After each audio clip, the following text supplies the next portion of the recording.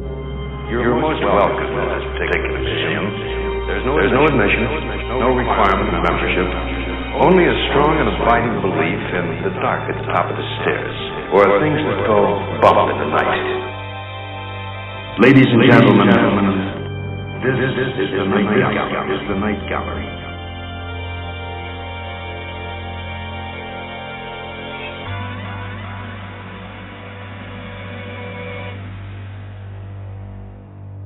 All right, art lovers, welcome back to Midnight Viewing of the Night Gallery podcast, where we take a look at Rod Serling's follow-up to The Twilight Zone. We're talking about Night Gallery, and joining me here in the gallery, as always, are the projection booths, Mr. Mike White. Hello, hello.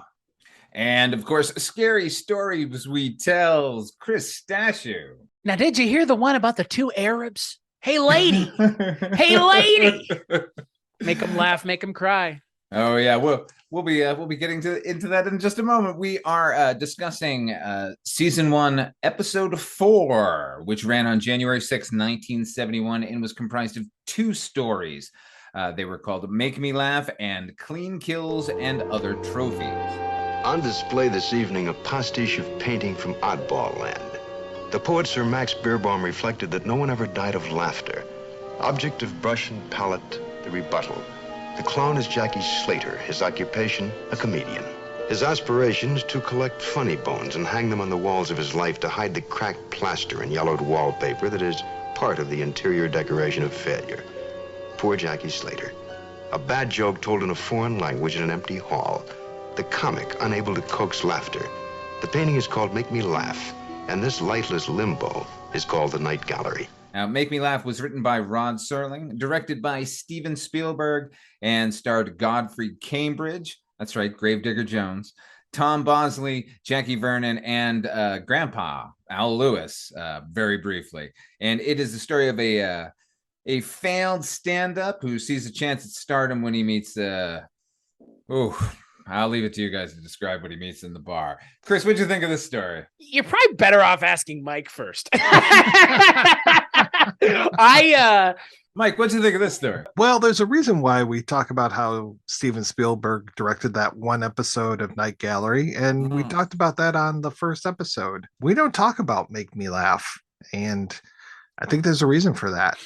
Though it was fun, I loved seeing Jackie Vernon in here, the voice of Frosty the Snowman. So that was kind of nice. Always fun to see him with his body. Also, the coach in... Well, yeah, he was the coach in Kolchak. I think he was also... That's his picture. Isn't that his picture it on is. his IMDb? Is on that IMDb, Kolchak picture? Yeah.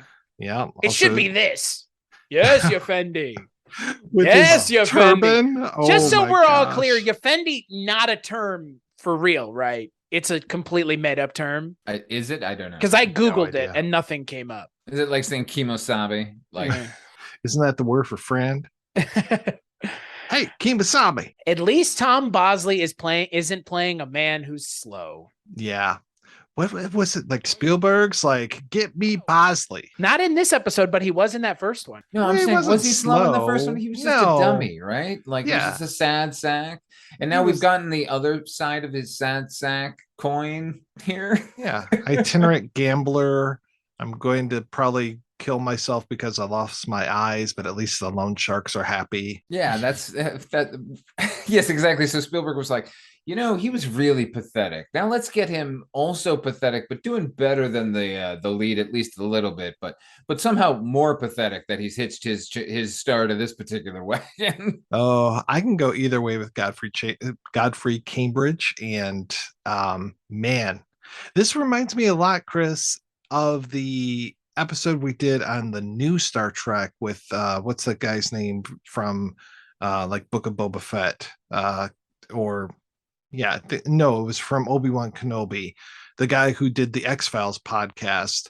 He starred as a comedian who Kumail Nanjiani. Yes, thank you. And it kind of reminds me of that. I guess it's just the setting at the I see. Okay, yeah, it kind of does. I mean, that episode is about as successful as this one.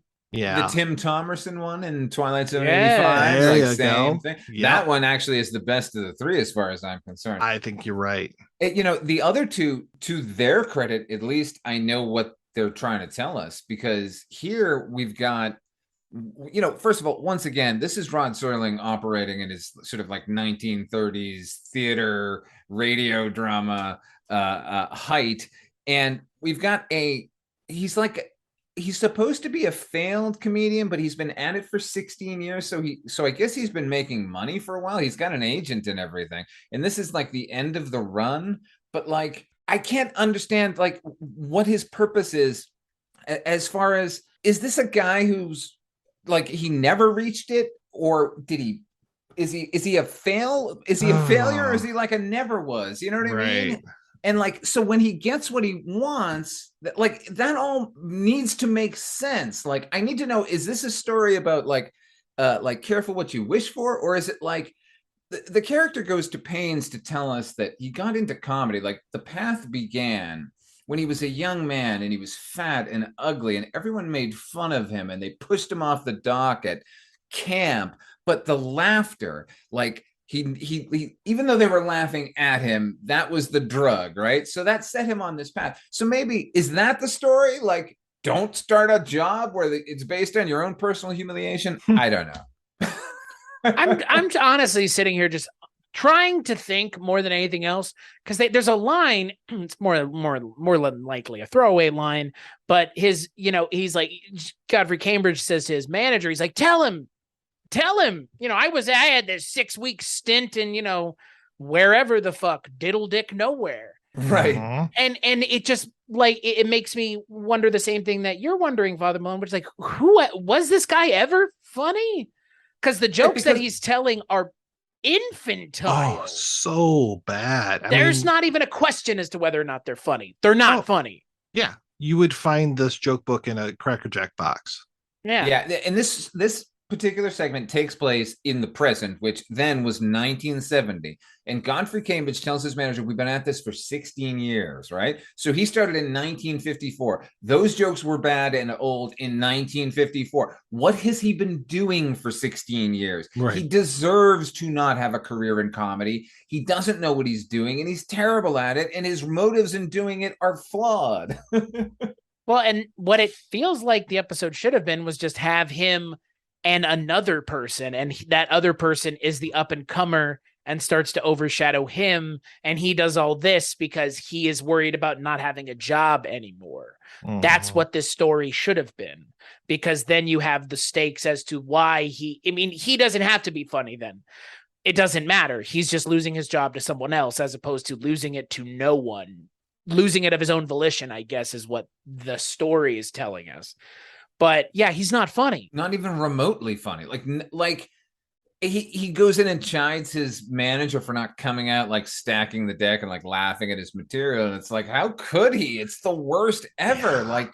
Like the fact that Tom Bosley is stuck by this guy. Like, what, did he save his life? Like, I don't know.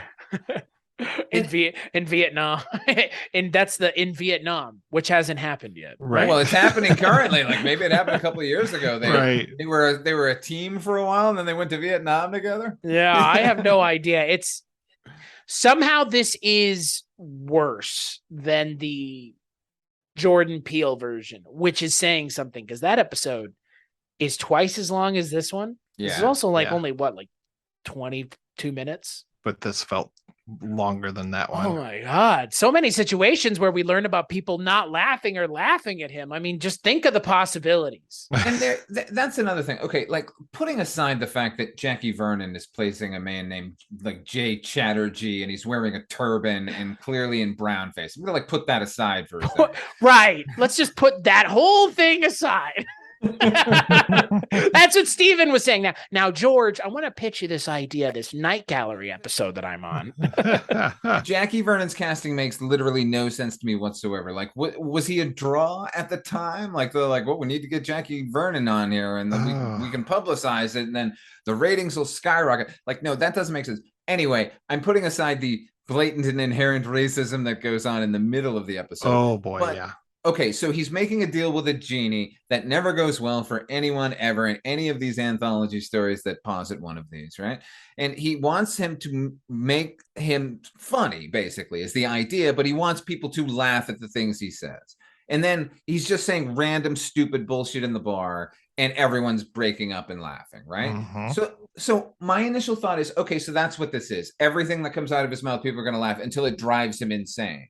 But that's not the case, because in the next scene, he's having a conversation with his manager, who, this is like months later, because he's been on the Red Skelton show and shit. Now he's headlining in Las Vegas. By the way, the montage of all of the hotels in Las Vegas, all gone. Yeah. Yeah, right. Isn't that fun? That was only a shame. only Caesar's remains. Imagine, if you will, Las Vegas, circa 1985. It's a nightmare, a consumerist wasteland. Yes. So then he has a conversation with Tom Bosley. Tom Bosley isn't laughing at all at anything he says. And then, oh, okay, somebody take the ball. This episode is exhausting. This episode is it's bad. Serling always seems to me, I hate to keep kicking him, but we're getting a lot of him in this season, because he wrote the lion's share of the episode. So they're all really good. Oh my God. Well, some of them are, but like, anyway, I'll beat on him in the next segment as well. But I will. So. But I feel like Serling to me was always sort of chasing the screenplay for On the Waterfront. Like, it's the screenplay that he was capable of writing and maybe should have written, but didn't. And so like this sort of like downtrodden man thing, this Jones that he's got, that he's always working out. Like, the difference in his characters and something like On the Waterfront is like, in that character, like, some of the things have gone wrong for him in his life, but Serling's characters are always these losers who don't deserve anything anyway, right? Right. So it becomes this chore where I can't enjoy anyone because everyone is miserable and terrible. And on top of it, we have this supernatural hoo-ha that doesn't make any sense because there are no rules for it. And it's like a 20-minute segment. Like, come on. I mean, I see your point with all this stuff. Yeah, the inconsistency is what really got me. I was just like, okay, yeah, everything then that he should say from then on out gets a complete belly laugh. People cannot stop laughing at anything. So even if he goes out on the street and somebody gets hit by a car, he's just like, hey, somebody got hit by a car, and everyone cracks up laughing. Yeah. Like my wife is dying of cancer. Like, right. Can you imagine if in wordplay they just dropped it halfway through? Oh yeah, or there's like, back up again. Yeah, nobody cares anyways, right? Right. This is the kind of lazy writing that I expected from the new show. Mm-hmm. This is the kind of lazy writing that the new show has in abundance, and I didn't expect it from Rod Serling. And you know what? Guess what? You could have told me that fucking Mickey Mouse directed this episode, and I would have told you, yeah, I bet he did, because Steven Spielberg brings absolutely nothing. No. It could have been Senor Spielbergo for all I know. I agree. It felt like an obligation at this point. But then again, the script is really a radio play. Like, can you imagine reading it and going, what am I supposed to do with this? The whole thing is three guys in a bar talking endlessly, followed by two guys talking in a backstage of a nightclub. And it was just, I don't know. That's right, you Fendi. Oh, to Spielberg's credit, it didn't look set bound. He made it look good.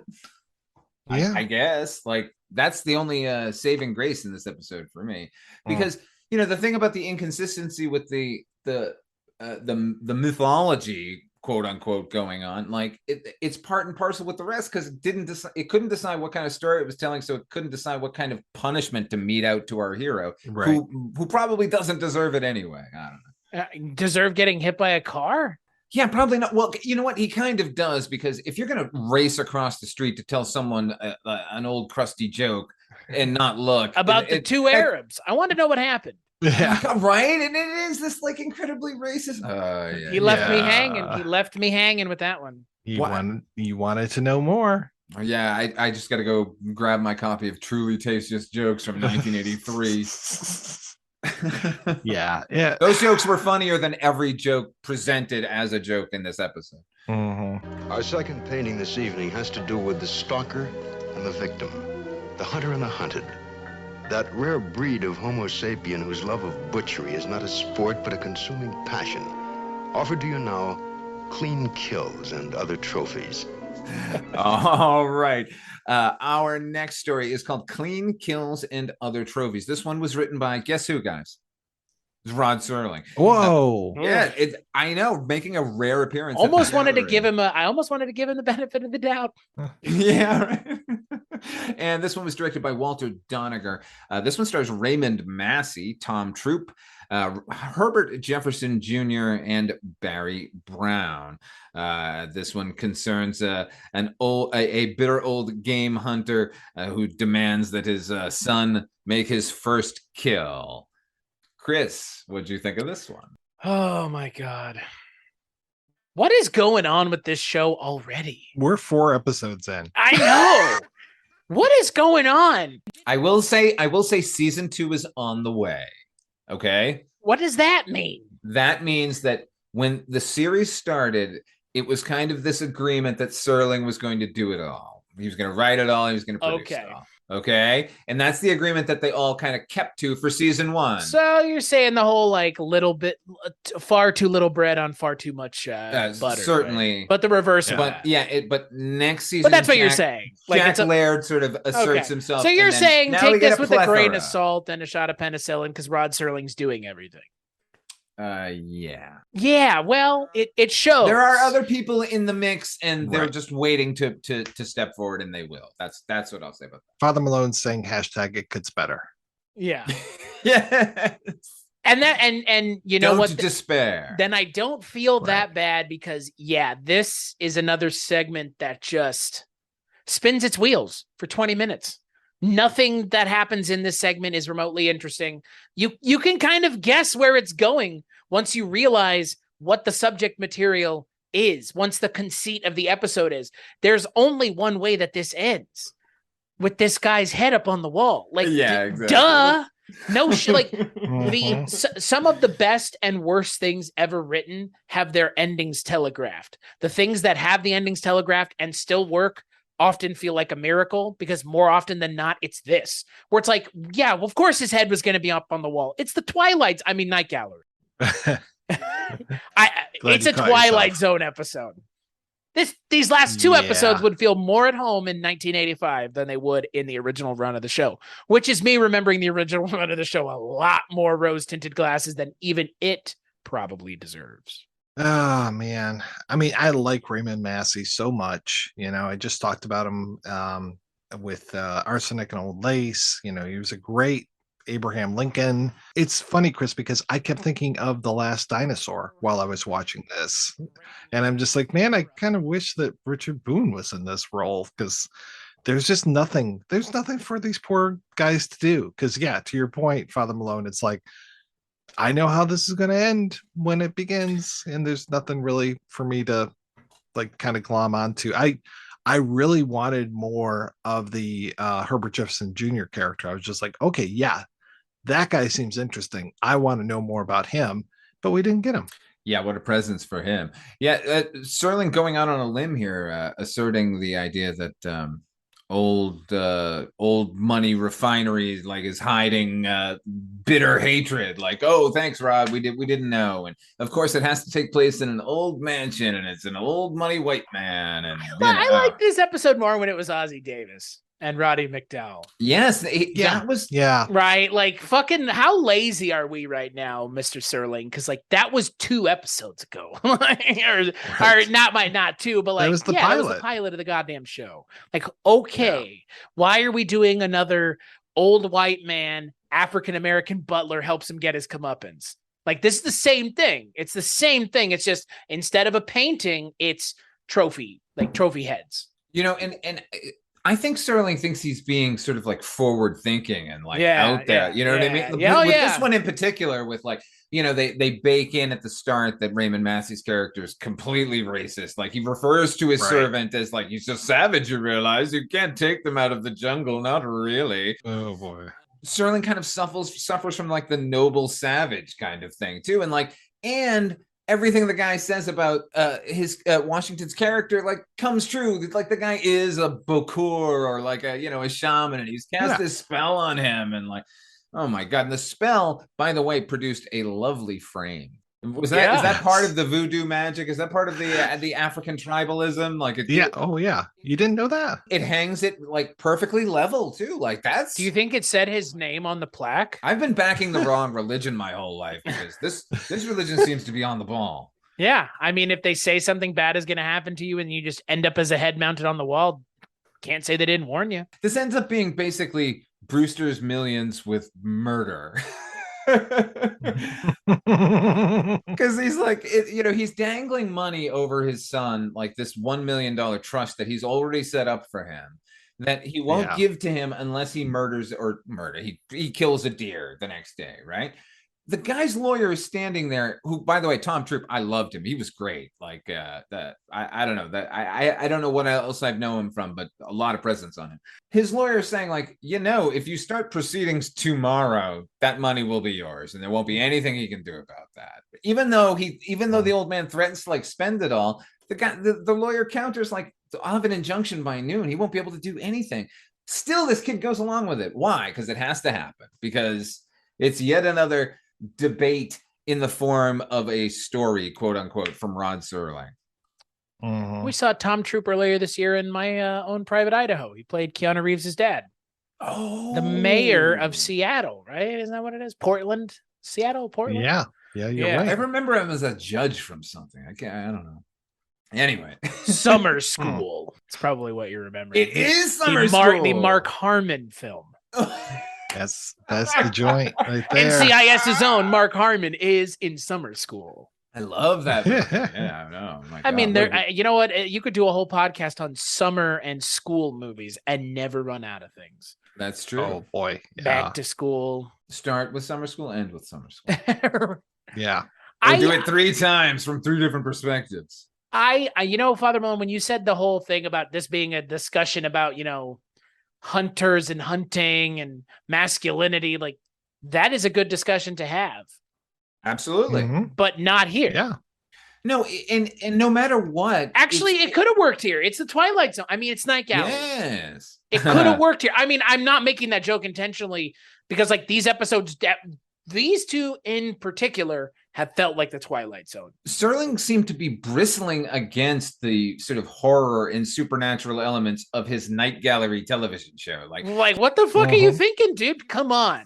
He seemed to want to make Alfred Hitchcock Presents, and he would, tolerate a little bit of supernatural falderall on the side. You know what I mean? Because that's what we're getting. It's more and more just like people murdering each other. Right. I know we get the twist at the end, but it's so irrelevant because really, like I said, like you said, Chris, like it's just it's a debate in the form of a screenplay, and you're right. The hunter debate is worth having, and the sort of old morals versus young and black and white, like all of them are worthy of discussion, but not as a discussion.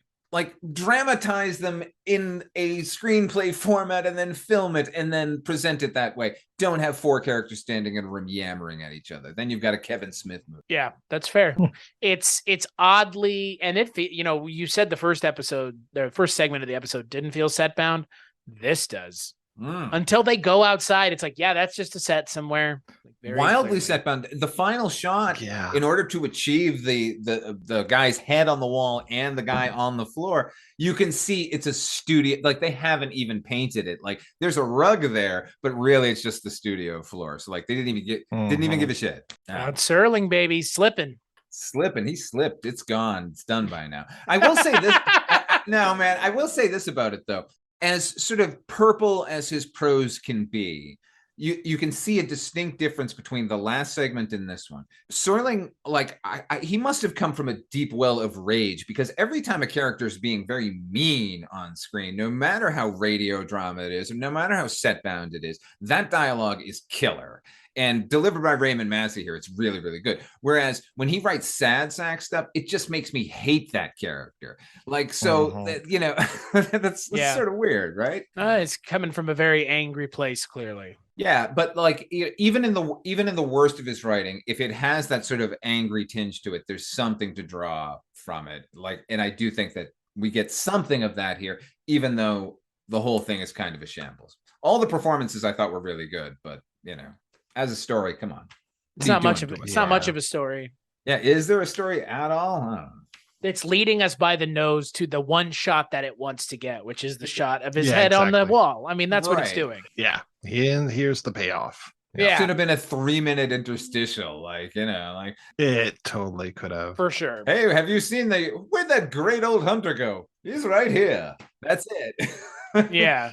Yeah, as the butler's smoking a big pipe or something. Right, and like an animal walks by in the background or something. I don't know. Right. On its hind legs and says, hello there. Yes, exactly. Anything else about this episode, gentlemen? Or the segment? There's gonna be some more racism coming up. I'm excited for that. Woohoo! Oh, I love all the inherent racism we keep encountering, and next we get chauvinism and misogyny and everything. The Serling train is going to continue. I guess with that, if you want to hold on, we're going to play a commercial for our next episode. Welcome, art lovers. We offer for your approval a still life, if you will, of noise. A soundless canvas suggestive of sound. The mouth belongs to Pamela. In life, a shrieking battle axe made up of adenoids, tonsils, and sound decibels. In death, an unmuted practitioner of fishwifery, undeterred and ungagged by what one would assume to be the great silencer. Some ghosts come back to haunt. Others come back simply to pick up where they left off. Our painting is called Pamela's Voice, and this is the Night Gallery. An unforgiving sea usually buries its secrets beneath itself. Warships and ocean liners, treasure galleons and submarines turn into rusting relics inside a watery locker, lost to memory. But occasionally there comes a floating, unbidden reminder of disaster, like this lifeboat. The painting is called The Lone Survivor. We'll put it in tow and see where she came from and why. We move now from ships like the Titanic and the Andrea Doria to a small fragment of history. This little collector's item here dates back a few hundred years to the British Indian colonial period, proving only that sometimes the least likely objects can be filled with the most likely horror. Our painting is called The Doll, and this one you'd best not play with. That is episode 5. It is split into 3 segments. Pamela's Voice. Jesus Christ, I lost it again. Sorry, Lone Mike. Survivor and The Doll. Thank you, Mike. I'm just going to leave it at that. No problem. Mike White stepping in. Until then, where can people find you, Mike? Oh, you can find me over at Projection Booth Podcast, where every week we're putting on a new episode, much to my chagrin, and also over at the Life and Times of Captain Barney Miller, or even you can find me at The Shabby Detective, which might be available at shabbydetective.com, where me and Chucklehead Chris Stashu are talking about Mr. Columbo, Mr. Frank Columbo, once a month. Having a good time doing that. Yeah, I mean, let's be honest here. Someone my age has their opinion on a show that old doesn't matter. Why are you even listening to me? Bunch of woke garbage. Yeah. Oh, and Chris, where can people find you? Hi. cstatue.com is where you can go to find my rantings, ravings, and musings. All those things. cstatue.com, cstachiw.com. As for me, you can find me over at fathermalone.com. Until next time, we'll see you at the Night Gallery or something. Well, I'm convinced.